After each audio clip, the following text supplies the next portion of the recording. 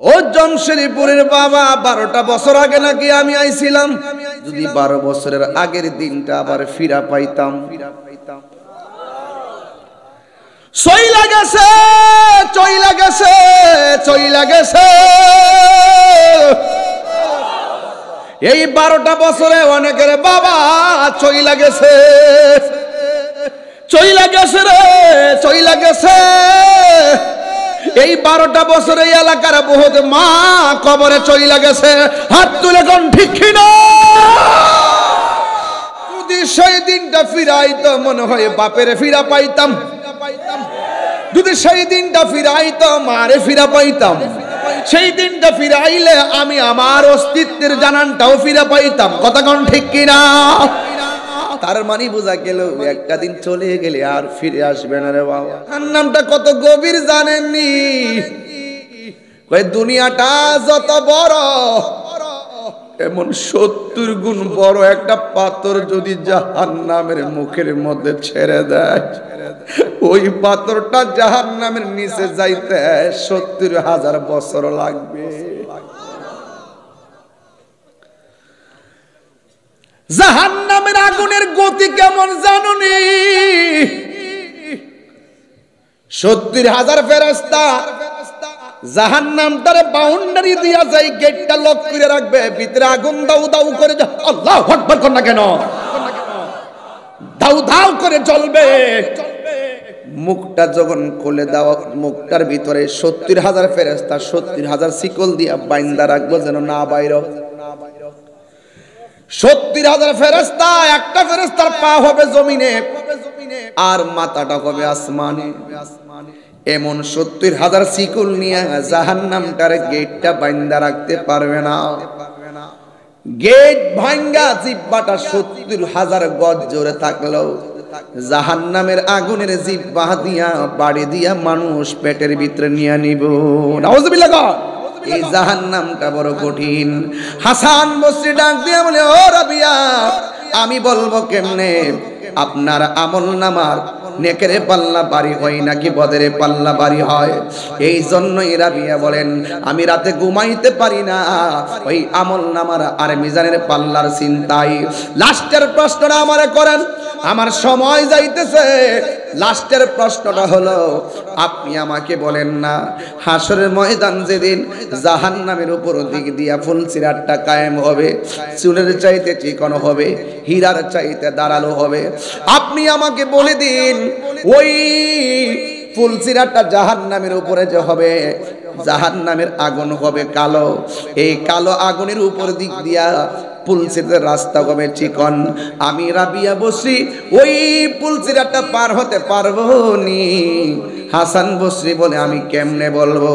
আপনারা জবানটা কইলে কোন, জাহান্নামের উপরে যে ফুলসিরাতটা পার হবে বেঈমানরা বড় চিন্তায় পড়ে যায়। ওই রাবিয়া বসরি ঘরের ভিতরে চুর ঢুকছে। চুর ঢুকার পরে যেই মাত্র চাদরটা হাতের মধ্যে নিয়েছে, দরজা খুললা চুরের ভিতরে ঢুকছে। কিন্তু ঘরে ঢুকার পরে চাদরটা হাতে নেওয়ার পরে আর চুরে রাস্তা খুঁজে পায় না। দরজা খুললা ভিতরে ঢুকছে, চাদরটা হাতে নেওয়ার পরে দরজা লেগে গেছে। ডানে দরজা খুলে পায় না, বামে দরজা খুলে পায় না, সামনে দরজা খুলে পায় না, পিছনে দরজা খুলে পায় না। ওই রাবিয়া বসরি বলেন, আমি দরজা খুললা ভিতরে ঢুকলাম, চাদর নেওয়ার পরে দরজাটা গেল কই? হঠাৎ করে দুইটা লোকে ডাক দিয়া বলে, এক চোর দাঁড়াও, তুমি তো সাহস তো কম না, তুমি রাবিয়ার বাড়ির চাদর কেমনে হাতে ধরলা? ওই চোর ডাক দিয়া বলে, এ তোমরা কে? দিনের বেলা থেকে এই পর্যন্ত সারাদিন বাড়ি ঘরে দেখলাম কোনো মানুষ দেখলাম না, রাতের বেলা দেখলাম ঘরে কেউ নাই, কিন্তু আমি ঘরে ঢোকার পরে তোমাদের আওয়াজটা কোথায় থেকে আসলো? ওই মুহূর্তে দুইটা লোক ডাক দিয়া বলেন, আমরা দুনিয়ার কোনো মানুষ না, আমার আল্লাহ আমাদের দুইজনকে রাবিয়ার বাড়ির পাহারাদার বানায়া দিছে। জাহাঙ্গীর সুন্নি মিডিয়া, সত্যের সন্ধানে আমাদের পথ চলা। লাখ কোটি দরুদ সালাম ওই নবীজি নূরানি কদম মুবারকে, যিনি হায়াতুন নবী, যিনি গায়েবের খবর দেনওয়ালা, যার আপাদ মস্তক ভিতরে বাহিরে নূরুন আলা নূর। যিনি কবরে সশরীরে উপস্থিত থাকবেন, যিনি হাসরের ময়দানে সুপারিশ করবেন। না চাহিতেই আল্লাহ আমাদেরকে ওই নবীর উম্মত হিসাবে কবুল করেছেন। এই জন্য শুকরিয়াতান কণ্ঠটাকে দারাজ করে দিয়ে বলুন আলহামদুলিল্লাহ। কারা কারা খুশি হয়েছেন হাত তোলেন।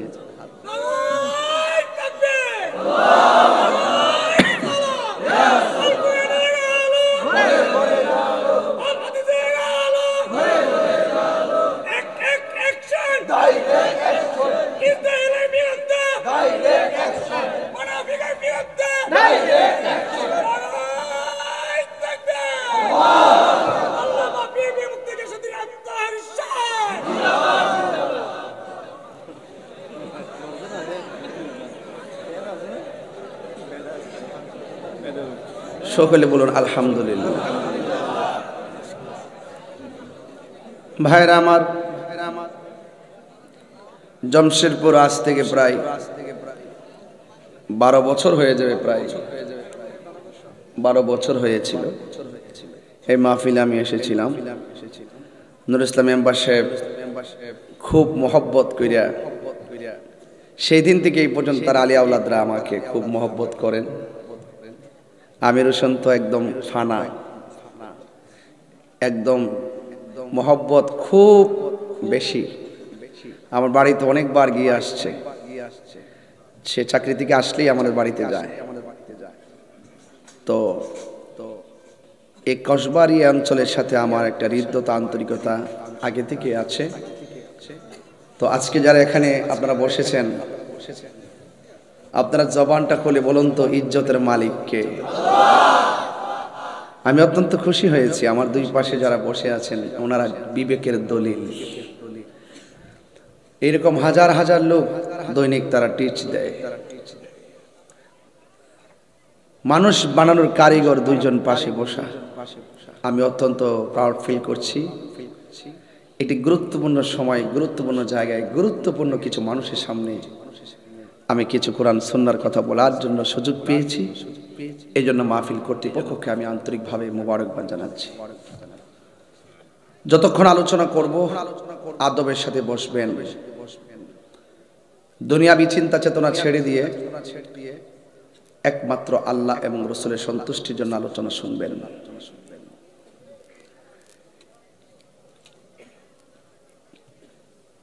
ইন্নামাল মুমিনুনা আল্লাযীনা আমানু বিল্লাহি ওয়া রাসূলিহি। আমরা একমাত্র ঈমান এনেছি আল্লাহ এবং তার নবীর উপরে।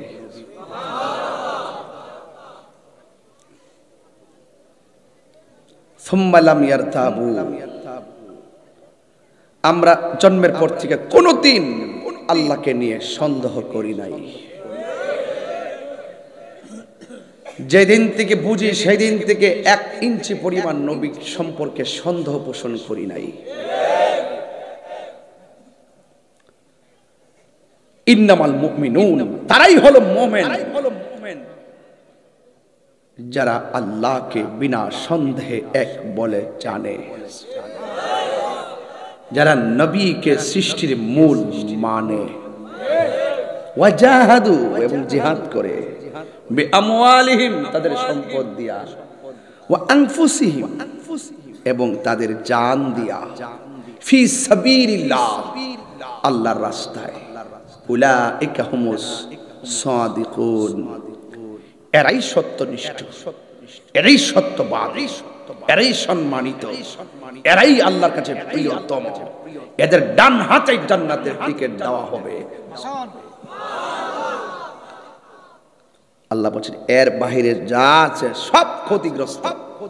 ইন্নাল ইনসানা লাফি খুসর, সব মানুষ ক্ষতিগ্রস্ত। দুইটা কোয়ালিটি যার মাঝে থাকবে সে ইহকালও ধন্য, পরকালও। ইল্লাল্লাযীনা আমানু ওয়া আমিলুস সালিহাত, যারা নেক আমল করবে, যারা ঈমান আনবে, যারা ঈমান আনবে, নেক আমল করবে, এই মানুষগুলো ছাড়া পৃথিবীতে যত মানুষ আছে সে ক্ষতিগ্রস্ত।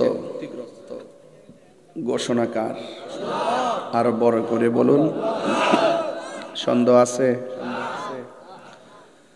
এই এলাকার হাজার হাজার মানুষ আছে না, দেখবেন সবার নসিবে মাহফিল নাই।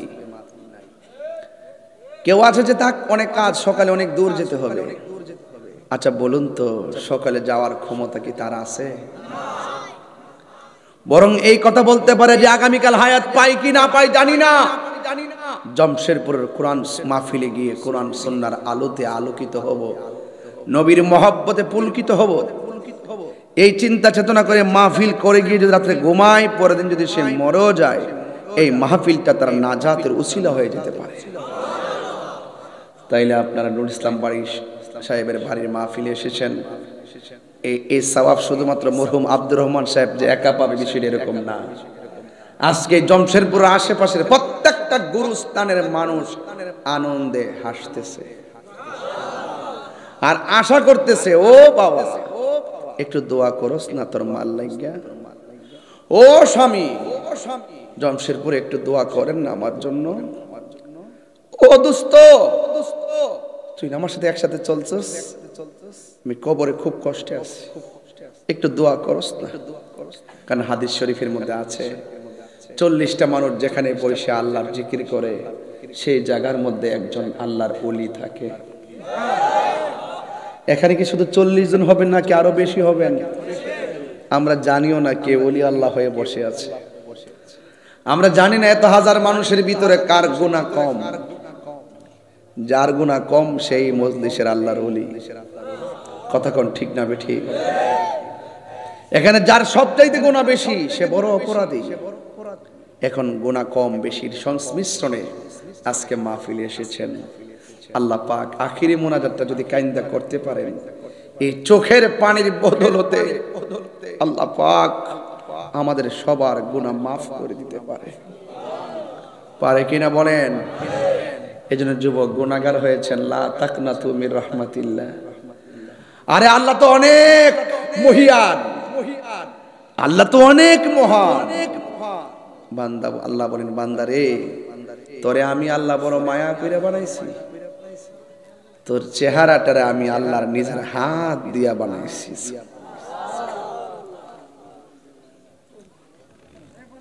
এই জন্য যুবক ভাইরা আমার, এই পৃথিবীটা থাকার জায়গা নয়।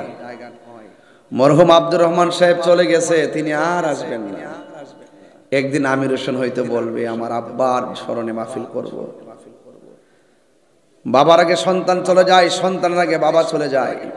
এই মাহফিলগুলো আখিরাতের অনেক বড় ধরনের পাথে। এই মাহফিলগুলো আখিরাতের জন্য অনেক বড় ধরনের উসিলা। আজকে আমাদেরকে আল্লাহ মাফ করুক আর না করুক, কোনো দুঃখ করব না। শুধু একটা কথাই বলবো, আল্লাহ আমাদেরকে ছাড়া যারা এতিম হয়ে কবরে পড়ে আছে, আপনি তাদেরকে মাফ করে দেন। গুনাহ মাফের মালিক কে? আর বড় করে কে? এই জন্য দুনিয়াকে লিয়ে আখিরাত বরবাদ না করো। দুনিয়া করে आखिरत बर्बाद कर दिबेन ना। किसी इंसान को खुश करने के लिए अल्लाह को नाराज ना करो। दुनियार किछु मानुष के खुशी करते गिए अल्लाह के बेजार करा जाबे ना। कारण आमरा सुन्नी जारा शांतिते विश्वास करी तारा,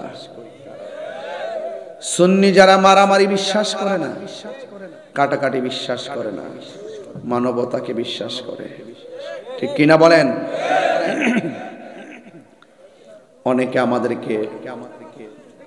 অনেকে আমাদেরকে বিভিন্ন হুমকি দেয়, অনেকে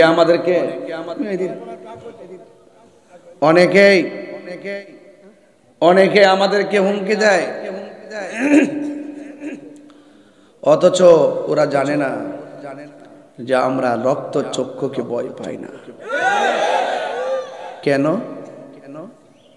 আমরা কি খুব পাওলোয়ান নাকি? খুব শক্তিশালী নাকি? না, রক্ত চক্ষুকে ভয় পাই না। কারণ আমাদের চোখের মধ্যে আছে মদিনার সবুজ গম্বুজের দৃশ্য।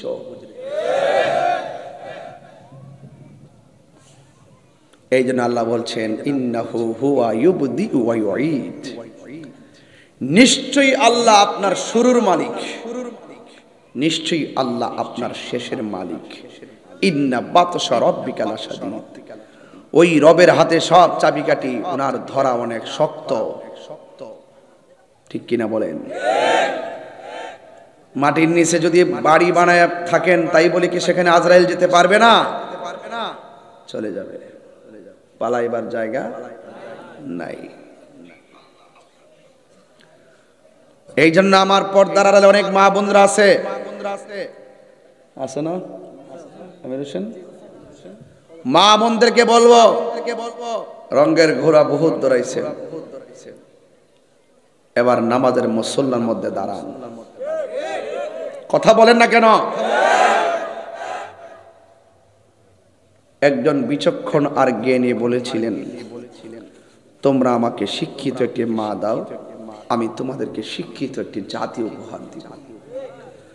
মা আপনার কাছে আমাদের অনেক প্রত্যাশা। আপনি যদি আল্লাহওয়ালা হন, আপনি যদি রাসূলওয়ালা হন, আপনি যদি কোরআনের আলোতে আলোকিত হন, আপনি যদি নিজেকে আল্লাহর ওলিদের পথ এবং মতে কুরবানি করেন, আপনি সেটা কাগজে কলমে লিখে রাখেন, আপনি যদি আবেদা হন, সালেহা হন, যাকিরা হন, সাদিকা হন, কানিতা হন, জাহিদা হন, সতী সাধ্বী হন, কাগজে লিখে রাখেন। একদিন যদি আল্লাহ পাক আপনার মাঝে সন্তান দান করে, এই সন্তানটা দুনিয়ার আলো দেখবে আল্লাহর ওলি হয়ে।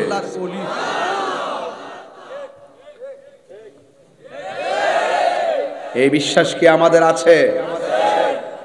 গাউসে পাক আব্দুল কাদের জিলানী বলেন, মা আপনি আমাকে পেটে রেখে 18 পারা কোরআন পড়েছেন, আমি 18 পারা কোরআন মুখস্থ করে ফেলেছি।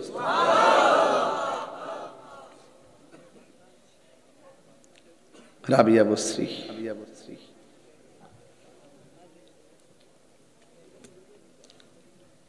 তিনিও রাবিয়া, মজলিসপুরের রাবিয়া ও রাবিয়া। হায় হায় হায়, আল্লাহু আকবার কন্যা কেন?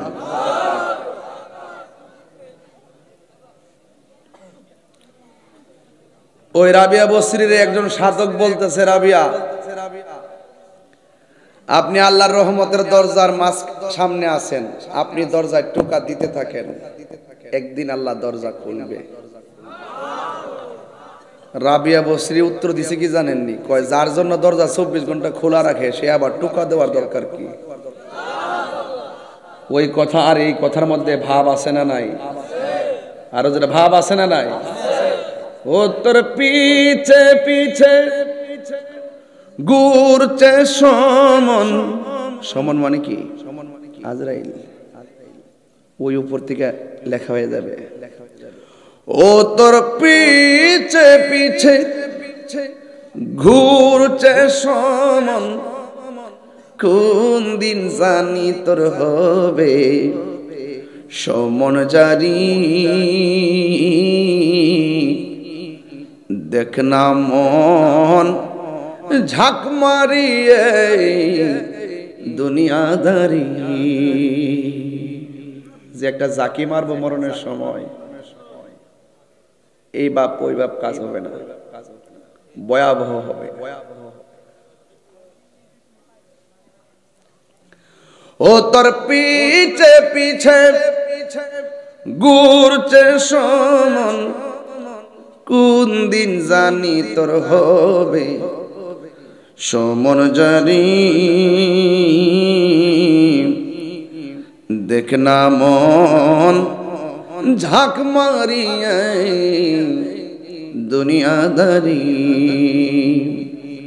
ভাই বন্ধু আর আপন জহনা,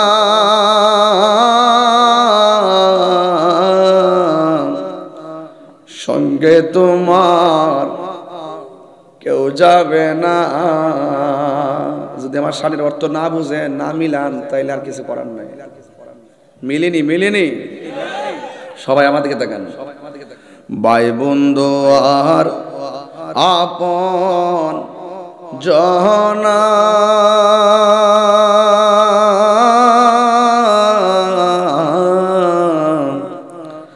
সঙ্গে তোমার কেউ যাবে না।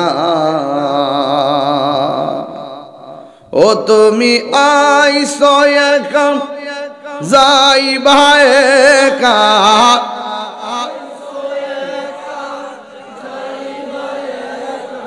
সঙ্গে তোমার কেউ যাবে না। দেখ না মন ঝাঁক মারিয়ে দুনিয়াদারি, ও তোর পিছে পিছে ঘুরছে সমন, পিছে পিছে ঘুরছে সমন। কোন দিন জানি তোর হবে সমন জারি।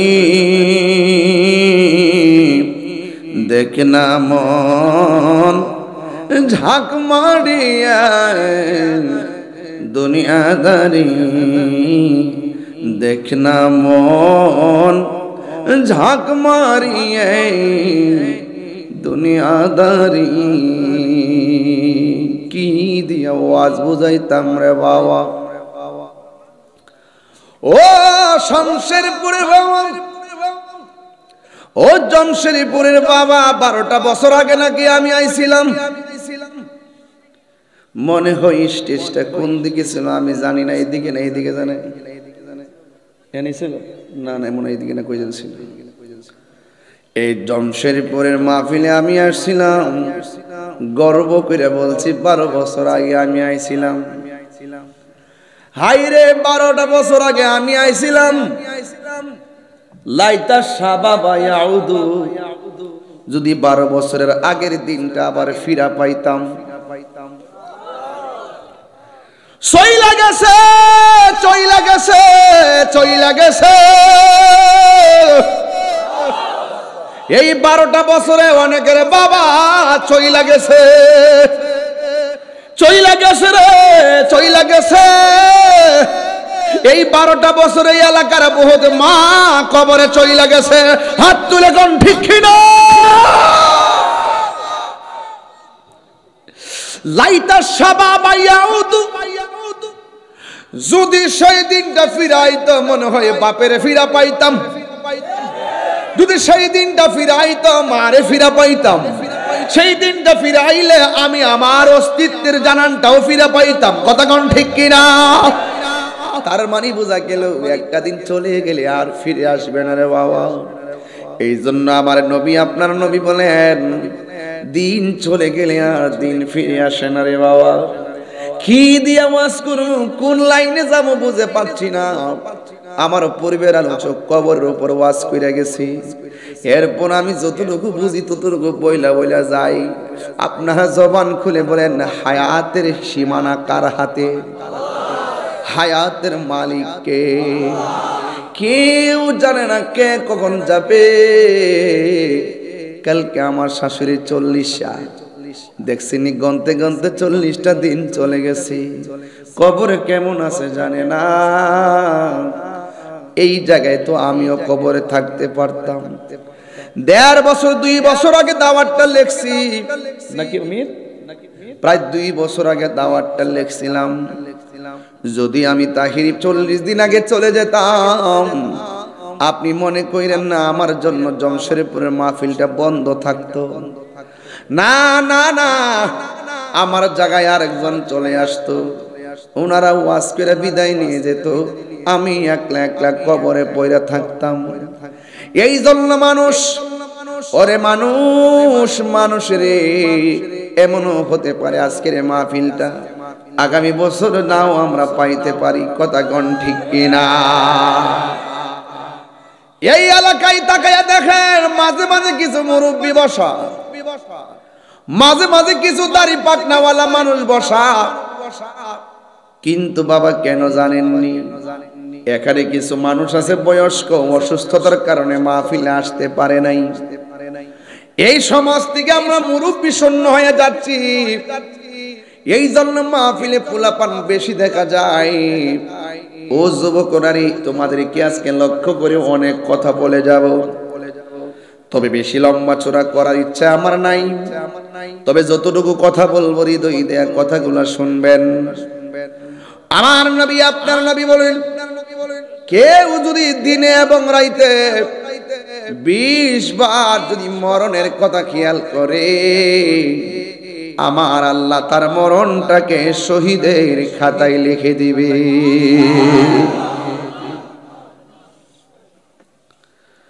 মরণের কথা স্মরণ করলে কি টাকা লাগে? মরণের কথা সময় স্মরণ করতে কি পয়সা লাগে? এত সুন্দর ফ্যাসিলিটি আল্লাহ আমাদেরকে দিয়ে রেখেছে, আমরা বুঝি না। এই জন্য আল্লাহ বলে, বান্দারে তোর চেহারাটাকে আমি আল্লাহ নিজের হাত দিয়ে বানাইছি। সুবহানাল্লাহ। এই জায়গার মধ্যে একটা জবান দিছি, এই জবান দিয়ে তোরা আমি আল্লাহর জিকির করবি। এই জায়গার মধ্যে 2টা কান দিছি, এই কান দিয়ে তোরা আমার জিকির শুনবি। এই জায়গার মধ্যে 2টা চোখ দিছি, এই চোখ দিয়ে দুনিয়ার সব আলো বাতাস দেখে দেখে আর গাইবা। তোমার সৃষ্টি যদি এত সুন্দর হয়, না জানে তুমি আল্লাহ কত সুন্দর। وَيَتَفَكَّرُونَ فِي خَلْقِ السَّمَاوَاتِ وَالْأَرْضِ رَبَّنَا مَا خَلَقْتَ هَذَا بَاطِلًا سُبْحَانَكَ।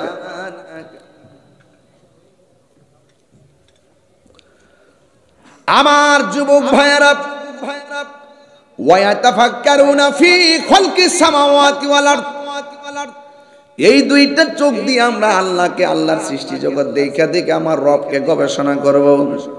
আপনারা জবান খুলে বলেন, হায়াত মওতের মালিক কে? এ আমার মা, ও মা, গতকাল দিনের বেলা একটা মাহফিল করছিলাম নরসিংদী রায়পুরা। যে জায়গার মধ্যে প্যান্ডেল করছে, ডানে বাঁশের জার, বামে বাঁশের জার। ডাক দিয়া কইলাম, বাঁশ রে তোরে ঠাস ঠাস করে কাটবো আমার বসত বাড়ির জন্য, যেই জায়গার মধ্যে আমি বসত করব চিরদিন। বাঁশ দেখলে বড় ভয় লাগে, এই বাঁশ দিয়ে আমার সাদরা দেওয়া গোবেরে বাজান। এই জন্য যুবক ভাইরা খেলায় খেলায় জীবন ধ্বংস করে দিয়েন না, এখনো সময় আছে। ইবাদত করব একজনের, জবান খুলে বলেন তিনি কে? ওয়ামা খালাকুতুল জিন্না ওয়াল ইনসা ইল্লা লিয়াবুদুন।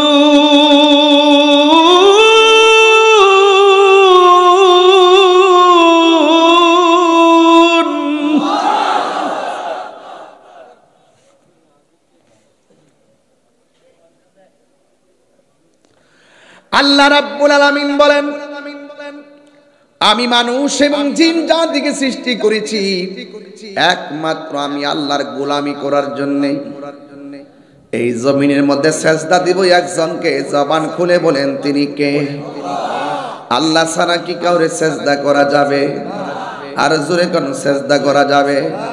সেজদা পাওয়ার মালিক হলো একজন, ওই মালিকের সেজদা দিলে মালিককে খুশি না বেজার? নামাজ হলো শুধুমাত্র হাজিরা। আল্লাহ বলে, বান্দারে আমি যে তোরে বানাইছি, তুই যখন সুবহান রাব্বিয়াল আলা বইলা মাথাটা জমিনে ঠেকায় দিবি, আমি আল্লাহ রাব্বুল আলামিন তোর গুনাহগুলা ক্ষমা কইরা তোরে স্মরণ করব। আল্লাহু আকবার। ধীরে ধীরে ধীরে ধীরে ওয়াজগুলা বুঝতে হবে। আমার মা বোনদেরকে লক্ষ্য কইরা বলি, মা আমি ইবাদতের কথা বলছি, ইবাদত যদি বুঝতে চান রাবিয়া বসে জিন্দেগি তালাশ করা লাগবে। রাবিয়া বসে প্রতি রাতের বেলা উযু করতেন, উযু কইরা ইচ্ছে মতো সাজুগুজু করতেন। উযু কইরা সুন্দর সাজুগুজু কইরা স্বামীর সামনে যাইয়া গভীর রজনীতে দাঁড়াইতেন, দাঁড়াইয়া বলতেন, স্বামী গো, ও স্বামী, আমি আপনার সামনে দাঁড়াইছি, আপনার কিছু বলার আসেনি? স্বামী ডাক দিয়ে কই, না না, আমার কোনো কিছু বলার নাই। এই কথাটা বলার পরে রাবিয়া বসরি সোজা কয়ে সুযোগ পাইছি, এবার যাইয়া নামাজের মুসল্লার মধ্যে দাঁড়ায়া যাইতেন। এইভাবে একদিন, দুই দিন, তিন দিন। রাবিয়া বসরির চেহারাটা তেমন সুন্দর ছিল না, রাবিয়া বসরির টাকা পয়সাও ছিল না, রাবিয়া বসরির ফেস কাটিং ভালো ছিল না, এমন ভাবে রাবিয়া বসরির টাকা পয়সাও নাই, সুন্দর চেহারাও নাই। কিন্তু রাবিয়া বসরির ইবাদত বড় সুন্দর ছিল। যার ইবাদত সুন্দর সেই হলো আসল সুন্দর। ঠিক কি না বলেন? রাবিয়া বসরি রাতের বেলা ইবাদত কর, একদিন নয়, দুই দিন নয়, সারাটা রাত নামাজের মুসল্লায় দাঁড়ায়া থাকতো। ও যুবকের দল, সৈন্য যান, ওয়াজ কইরাই দিয়া যায় আজকে। আপনারা জবান খুলে কন, মা বোনরা রাতের বেলা এখন নামাজি আগের চাইতে কমছে না বাড়ছে?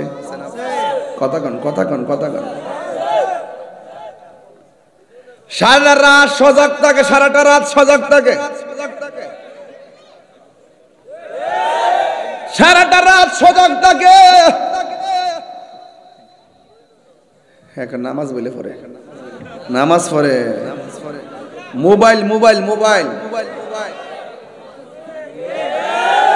কথা বলেন না কেন? ঠিক না বলেন?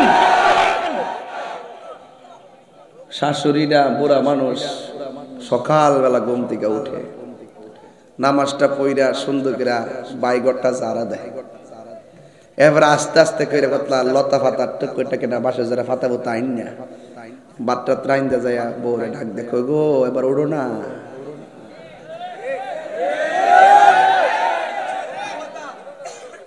এই যখন অবস্থা কাগজে লিখে রাখেন, যেই বৌমাটা শাশুড়িরে বৃদ্ধাঙ্গুল দেখায়, এই বউর ঘরে যখন ভবিষ্যতে ছেলে হইব, ওই ছেলের বউ যখন আইব, তখন ওই ওই বৃদ্ধাঙ্গুল না, ফাওয়ার আঙ্গুল দেখাইব।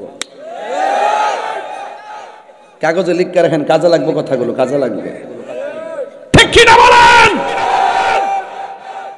খোদার কসম কইরা বলি, শতকরা 90% সংসারে শ্বশুর শাশুড়ি চোখের পানি ফালায়া দিন কাটা, রাত কাটায়, একমাত্র কেন? যন্ত্রণায়।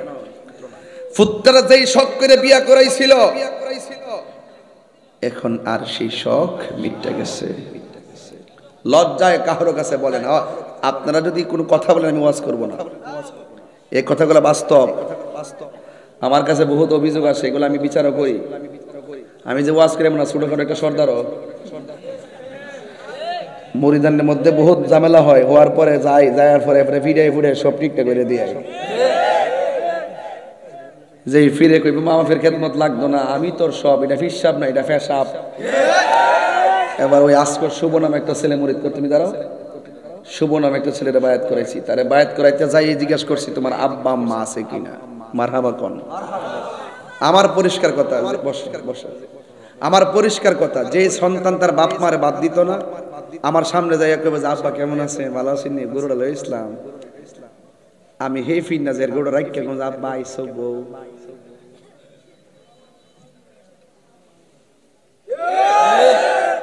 আপনি কি মনে করেন ওয়াজটা ফেলে দেওয়ার মতো করতেছি? নিজের ঘরটা ট্রাই করে দেখেন। এই ছেলে, তুমি দেখো তুমি তোমার মার সাথে কি ব্যবহার করেছো। এই বেড়ায় আমাদের নুর ইসলাম সাহেব, মেম্বার সাহেব, এখানে আমি বুঝতে পারছি কান্না গেছে, মুখটা লাগাই একটু মা বাপ নিয়ে কথা কয়েন। এই লোকটা আমার কাছে কইছে, যে জন্য আমি তা চলছে, প্রত্যেকটা ঘরের ভিতরে গৃহযুদ্ধ চলছে। কথা বলেন ঠিক না বেঠে? আমি আজকে কোনো ছাড় দিব না, কেডা খুশি হইব কেডা বেজার বিত্ত হোনার টাইম নাই। অসুবিধা হইব যে ফুলা ভান্ডি কি দরকার আছে কিনা কোনো গেলিগা? গভীর মনোযোগ। এই আস্তে বাবা, আস্তে আস্তে। এই আমার যুবক ভাইরা, রাবিয়া বসরির কথা বলছিলাম। আপনারা জবান খুলে বলেন, রাবিয়া বসরি কার পাগল ছিল? আর জোরে কন্যা, কার পাগল? ওই আল্লাহর প্রেমে এমন পাগল ছিল, সন্ধ্যার আইতি নামাজের মুসল্লায় দাঁড়ায় যাইতেন, ফজরের আজান দেওয়ার পর্যন্ত নফল ইবাদত করে কাটায়া দিতেন। সুবহানাল্লাহ রে। এইভাবে যখন রাবিয়া বসরি দিনের পর দিন যখন নামাজ করে কাটায়া দিছে, আমার নবী যে ইন্তিকাল করেছেন, ওই মুহূর্তে আমার নবী তিনটা কথা বলছিলেন। আমার মিসওয়াকটা দাও। 2 নম্বর কথা বলছে, আমার ঘরের কোণার মধ্যে কিছু মুদ্রা আছে, এইগুলো দান করে দাও। 3 নম্বর কথা বলছে, সালাত সালাত সালাত, নামাজ নামাজ নামাজ। রাবিয়া বসরি কয়, নামাজের কথা নবী কেন বলছে রে? বুঝেছি, নামাজের ভিতরে আমার নবীরে সালাম না দিলে নামাজ বাতিল হয়ে যায়। নামাজের ভিতরে এমপিরে সালাম দিলে নামাজ বাতিল, নামাজের ভিতরে মন্ত্রীর সালাম দিলে নামাজ বাতিল, নামাজের ভিতরে চেয়ারম্যানকে সালাম দিলে নামাজ বাতিল। কিন্তু আমার নবী, আপনার নবীরে সালাম না দিলে নামাজ বাতিল হয়ে যায়। প্রমাণ হয়ে গেল আমার নবী কাহারও মত নয়। ওয়াজ বাজিত দিবেন, কাজে লাগবে। আসসালামু আলাইকা আইয়ুহান নবিয়্যু। সুবহানাল্লাহ কোন কেন? এবার আমার রাবিয়া সারা রাত কাটাইয়া দিছে, স্বামী একদিনও বাধা দেয় নাই। ইন দি মিন টাইমে স্বামী ওই রাবিয়া বসরি থেকে দেহ ত্যাগ করলেন। যেই মাত্র দেহ ত্যাগ করেছেন, রাবিয়া বসরি তখন একা হইয়া গেছেন। একা একা মহান রবের জিকিরে শান্তি আছে না না? ওই সময় একজন লোক ছিল, তিনি হলো তাবি। হযরত উমর রাদিয়াল্লাহু তাআলা আনহুর খেলাফত কালে তিনি জন্মগ্রহণ করেছেন। আর উসমান যুন্নুরাইন রাদিয়াল্লাহু তাআলা আনহুর শাহাদাতের সময় যুবকটার বয়স ছিল 14 বছর। ওই যুবকটা রাবিয়া বসরির কাছে আসলেন, যার নাম হলো হযরত হাসান বসরি। আয়েশা ডাক দিয়ে বলে, রাবিয়া, আমি তোমারে বিয়ে করতে চাই। আমি আগে বইলা গেছি, রাবিয়া বসরির চেহারা ভালো ছিল না, চেহারাটা ছিল কালো, শরীরটা ছিল জীর্ণ শীর্ণ, সম্পদ ভালো ছিল না। এরপর হাসান বসরি কেন বিয়ের প্রস্তাব দিলেন? এই জায়গার ভিতরে একটা প্রেমের খেলা আছে না না? রাবিয়া বসরি ডাক দিয়া কয়, হাসান বসরি, ও হাসান বসরি গো, আপনি আমারে কি দেখা পাগল হইছেন? হাসান বসরি বলে, আমি তোমার জন্য পাগল নই, তুমি যে আমার রবের জন্য পাগল, আমিও সেই রবের জন্য পাগল। তুমি যেই রবের জন্য পাগল, আমিও সেই রবের জন্যই পাগল। ইন দি মিন টাইমে রাবিয়া বসরি অফার দেওয়ার পরে কি কয় শুনে, রাবিয়া বসরি ডাক দিয়া কয়, হাসান বসরি রে, আপনি আমাকে বিয়ের প্রস্তাব করেছেন, তবে আমি আপনাকে অবহেলা করে তাড়াইয়া দিতে পারি না। সত হইলে তো বাড়িতে দুশ্মন আইলেও ভালো ব্যবহার করণ লাগে। নবীর বাড়িতে ইহুদি আসলেও নবীজি তার সঙ্গে ভালো ব্যবহার করতেন। কথা কোন ঠিক কিনা? রাবিয়া বসরি ডাক দিয়া বলে, ও হাসান বসরি, আপনি আমাকে বিয়ের প্রস্তাব দিয়েছেন, ঠিক আছে, আমি প্রস্তাব শুনলাম, তবে আমার কয়টা শর্ত আছে। আপনার কাছে আমার 4টা প্রশ্ন আছে। এই 4টা প্রশ্নের উত্তর যদি দিতে পারেন, এই জমশেরপুরবাসী যত ভিতরে ঢুকবেন তত হাকিকত খুঁজে পাবেন। ডাক দিয়া বলছে, 4টা প্রশ্ন করব। কয়টা? এই 4টা প্রশ্নের সাথে আমাদের জীবন। এক নম্বর প্রশ্ন, এই চারটা প্রশ্নের উত্তর যদি আপনি দিতে পারেন তাইলে আমি রাবিয়া আপনার বিয়ের প্রস্তাব বিনা শর্তেই মেনে নিব। এর মধ্যে এক নম্বর প্রশ্ন, ও হাসান বসরি আপনি আমার বিয়ের প্রস্তাব দিয়েছেন, চারটা প্রশ্নের উত্তর দিতে পারলে আমি বিয়ের পিড়িতে বসবো। এর মধ্যে এক নম্বর প্রশ্ন হলো আপনি আমারে বলতে হবে আমি রাবিয়া কি জান্নাতি না জাহান্নামী। আপনারা জবান খুলে বলেন প্রশ্নটা এই জান্নাতি আর জাহান্নামী জানে কে? রাবিয়া বসরি বলেন হাসান বসরি আপনি আমাকে বলুন না আমি কি জান্নাতি না জাহান্নামী।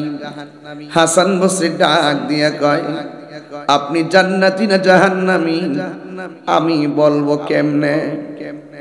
রাবিয়া বসরি কয় জাহান্নামটা কত গভীর জানেননি? কয় দুনিয়াটা যত বড় এমন 70 গুণ বড় একটা পাথর যদি জাহান্নামের মুখের মধ্যে ছেড়ে দেয় ওই পাথরটা জাহান্নামের নিচে যাইতে 70,000 বছর লাগবে। জাহান্নামের আগুনের গতি কেমন জানুনি? 70,000 ফেরেশতা জাহান্নামটারে বাউন্ডারি দিয়া যায়, গেটটা লক করে রাখবে, ভিতরে আগুন দাউ দাউ করে আল্লাহু আকবার কোন না কেন দাউ দাউ করে জ্বলবে। মুখটা যখন খুলে দেওয়া মুখটার ভিতরে 70,000 ফেরেশতা 70,000 শিকল দিয়া বাইন্দা রাখবো যেন না বাইর। 70,000 ফেরেশতা, একটা ফেরেশতার পা হবে জমিনে আর মাথাটা হবে আসমানে। এমন 70,000 শিকল নিয়ে জাহান্নামটার গেটটা বাইন্দা রাখতে পারবে না। গেট ভাঙ্গা জিহ্বাটা 70,000 গজ জোরে থাকলেও জাহান্নামের আগুনের জিহ্বা দিয়া বাড়ি দিয়া মানুষ পেটের ভিতরে নিয়ে নিব। নাউজুবিল্লাহ। এত জাহান্নামটা এত কঠিন, আমি রাবিয়া চোখের পানি ফালাই জাহান্নামের ভয়ে। এই জন্য আমার চোখের মধ্যে হাসি আনতে পারি না।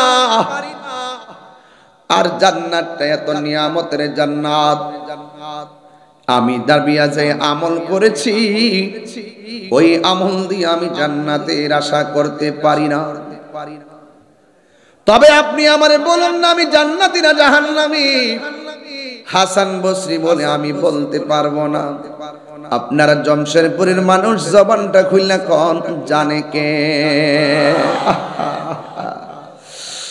ওই আল্লাহ জানে। এই জন্য রাবিয়া বসরি ডাক দিয়া কয় এ হাসান বসরি আমি রাবিয়া জান্নাতের আশা করি না। সুবহানাল্লাহ সুবহানাল্লাহ। এই যে ওয়াজ শুরু হয়ে গেল। আমি রাবিয়া জান্নাতের আশা করি না, আমি রাবিয়া জাহান্নামকে ভয় করি না। আমি শুধুমাত্র জান্নাতের মালিকের পাগল। সেই মালিক যদি আমার হয়ে যায় জাহান্নামে আমার ডরাইব, জান্নাতের হুরগিলমান আমাকে নেওয়ার জন্য পাগল হয়ে যাবে। আল্লাহু আকবার। কুল ইন্না সলাতি ওয়া নুসুকি ওয়া মাহইয়ায়া ওয়া মামাতি লিল্লাহি রাব্বিল আলামিন।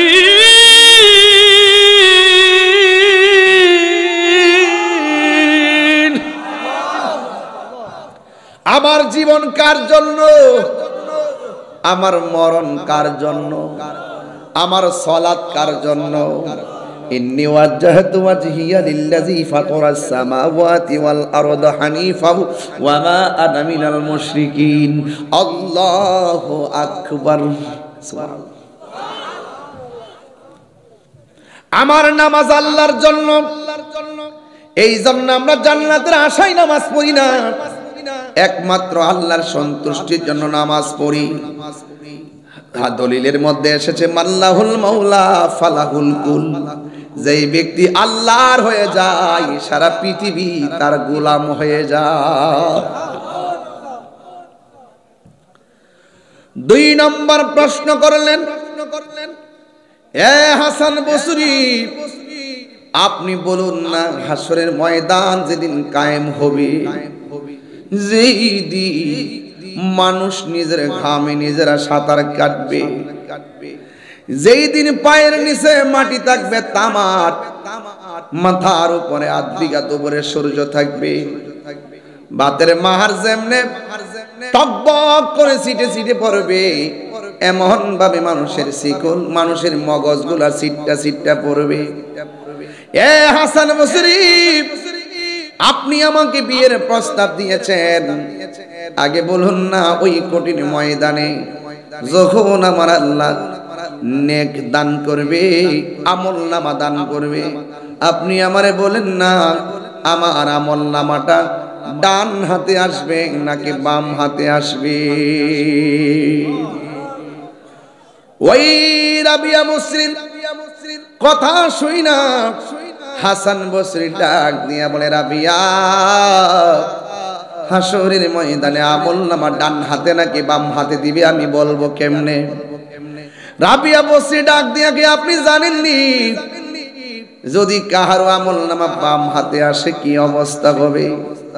কয়ে বাম হাতে আমল নামা দেওয়ার আগে পেটের ভিতর দিকে হাতটার ভিতর দিক দিয়ে ঢুকাইয়া দিবে, বাম হাতটার পেটের ভিতর দিয়ে ঢুকাইয়া পিছন দিক দিয়ে হাতটা বের করবে, আর আমার আল্লাহ বলবে ও ফেরেশতারা, তারা জাহান্নামের টিকেটটা বাম হাতে দিয়া দেয়। বান্দারা বলবে, আল্লাহ গো, তুমি যে আমরারে আমল নামা দিয়েছ, আমি তো আমল নামা চোখে দেখি না। আমার আল্লাহ ডাক দিয়ে বলবে, ফেরেশতারা, আমল নামা যদি না দেখে গাট্টারে ভাঙ্গা পিছন দিক দিয়ে ফিরাইয়া দেয়, ঠাস করে গাট্টারে ভাঙ্গা পিছন দিক দিয়ে ফিরাইয়া দিবে, আর দেখবে তার হাতের মধ্যে জাহান্নামের টিকেট। সেই দিনটা বড় ভয়াবহ হয়ে যাবে। এ হাসান বসরি, আমি যখন ওই আমল নামার কথা চিন্তা করি, নামাজের মুসল্লা থেকে আমি আর নামতে পারি না। এই জন্যই আমি সারা রাত নামাজ পড়ি। আপনারা জবান খুলে গন, নামাজ পড়লে আমার আল্লাহ খুশি না বেজা।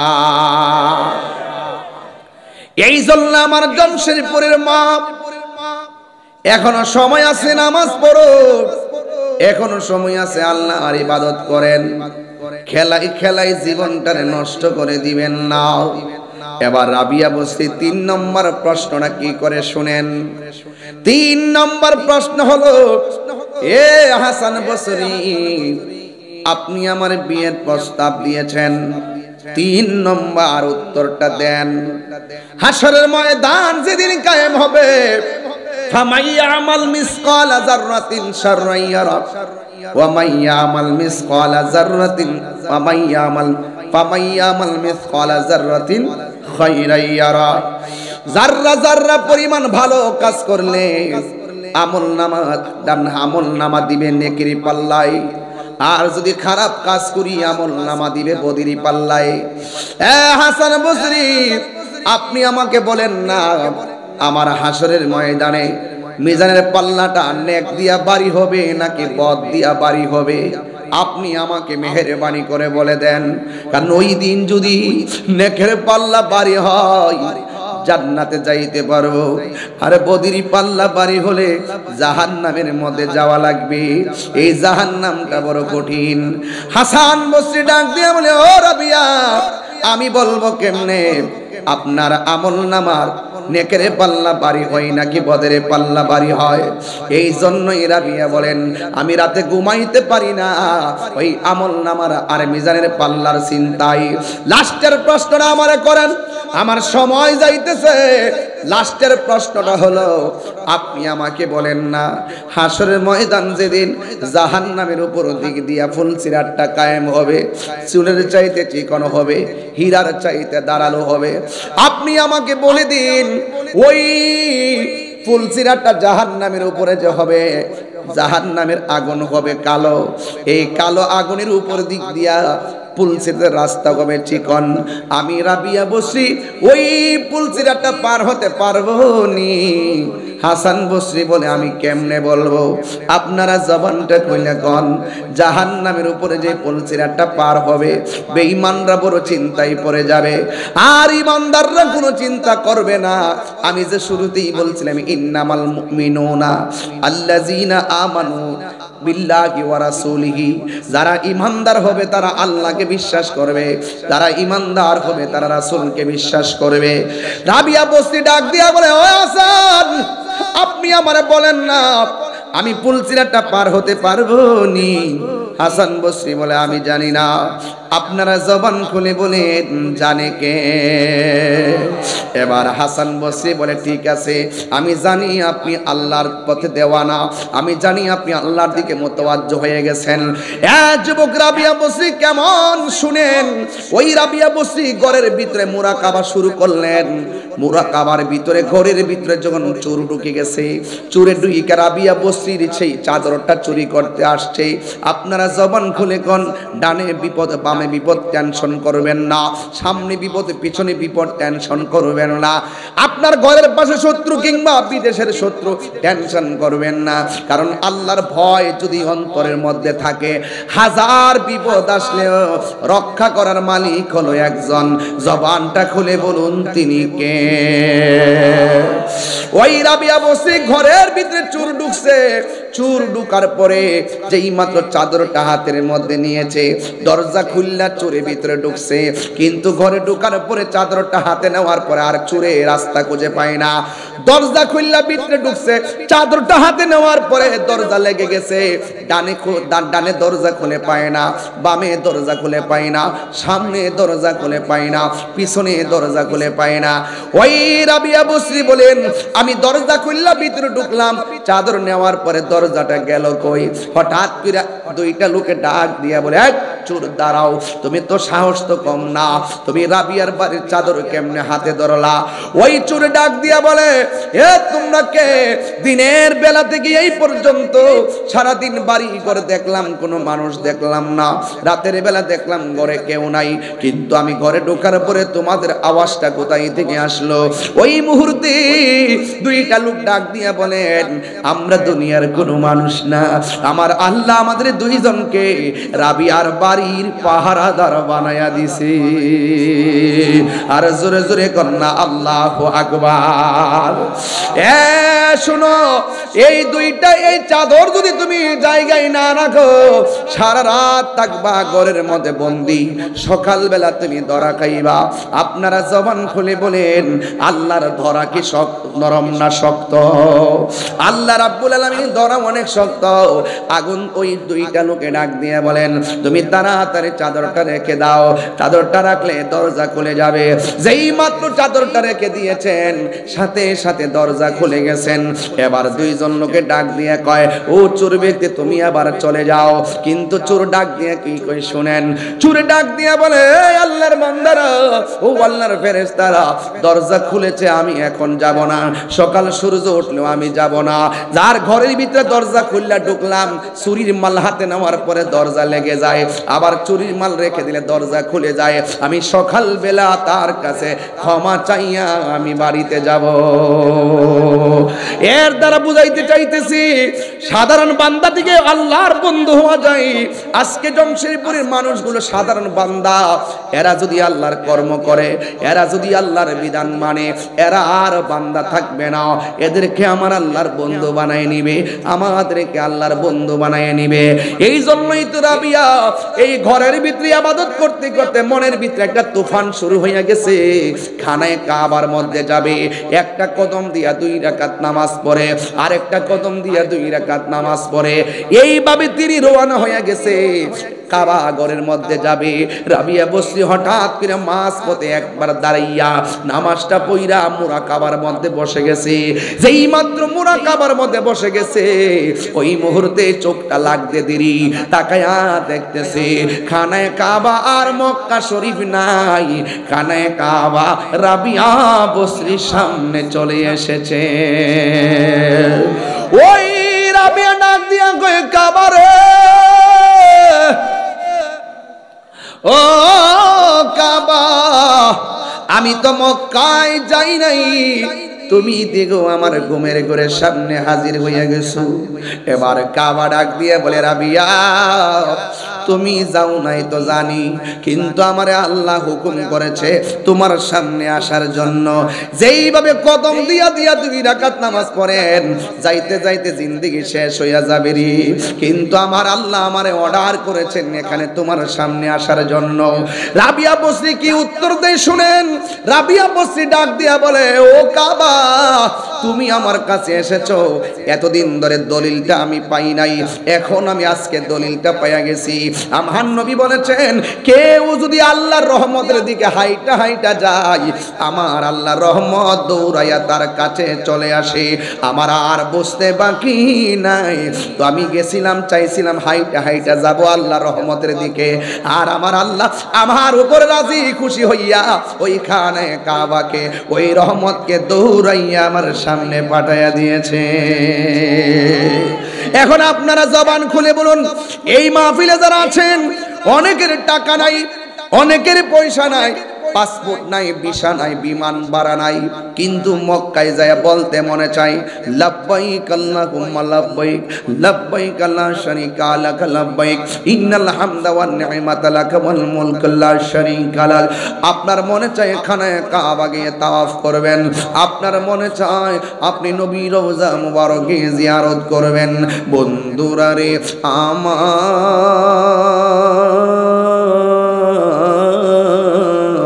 কিন্তু আপনার টাকা নাই, পয়সা নাই, বিমান ভাড়া নাই, কেমনে যাইবেন? এখন তো 1.5 লাখ থেকে 2.5 লাখ, 2.5 লাখ থেকে 4.5 লাখ, 4.5 লাখ থেকে এখন 6.5 লাখ হয়ে গেছে। সিন্ডিকেটের রুশান হলে হজ ব্যবসা এখন ভালোই চলতেছে। অনেক মানুষ তারা কি করে জানে, সিন্ডিকেট করে করে মানুষদের কাছ থেকে টাকা হাতায় আনিতেছে। কথা কোন ঠিক কিনা? যুবকের দল কি দিয়া ওয়াজ বুঝাইতাম, ভারত থেকে যাইতে লাগে 70,000, বাংলাদেশ থেকে 1.5 লাখ, ভারত থেকে যাইতে লাগে 1.5 লাখ, আর বাংলাদেশ থেকে লাগে 6.5 লক্ষ। কোথায় যাবেন? যাওয়ার জায়গা নাই। দুর্নীতিতে বাংলাদেশ চ্যাম্পিয়ন হয়ে গেছে। কথা কোন ঠিক না বেঠে? আস্তে আস্তে আরো বইলা দিয়া যায়, শূন্য যান, আল্লাহর সঙ্গে নাফরমানি করা যাবে না রে বাবা। যুবক আল্লাহ ছাড় দেয়, কিন্তু ছেড়ে দেয় না। এবার আপনার মদিনায় যাইতে মনে চায়, কিন্তু মদিনায় আপনি যাইতে পারেন না।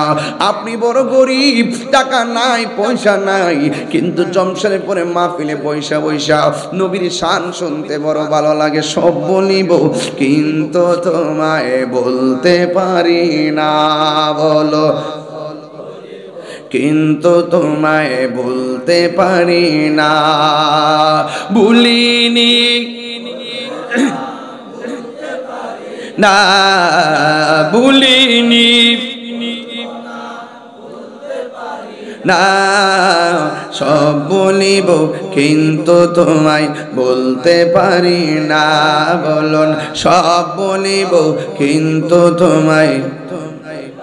তুমি ছিলে ইয়াসরিব নামের অলক্ষ নির্দেশ, বড়ই মারাত্মক যে ছিল তোমার পরিবেশ।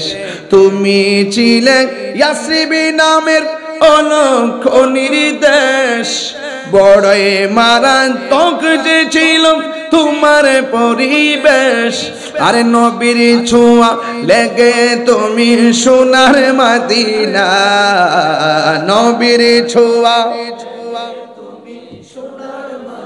না, সব বলিব কিন্তু তোমায় বলতে পারি না। বলুন, সব বলিব কিন্তু তোমায় বলতে পারি না। বলুন, ভুলিনি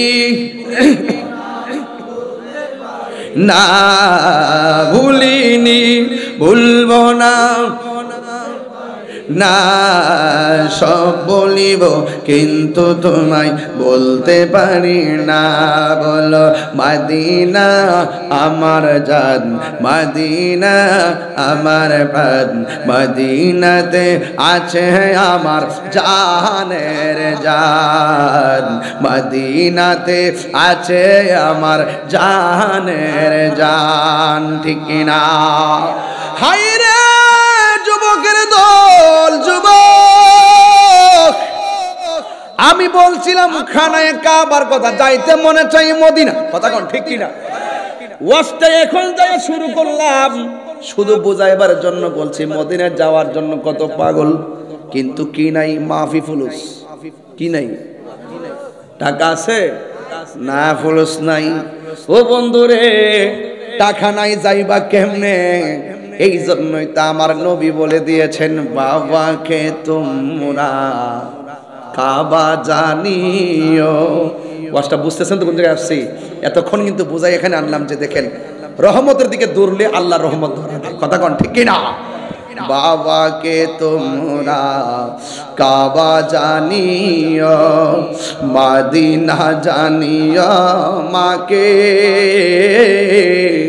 যদি গো তারা বেঁচে থাকে। কন্যা বাবাকে তোমরা মদিনা জানিয়া, মাকে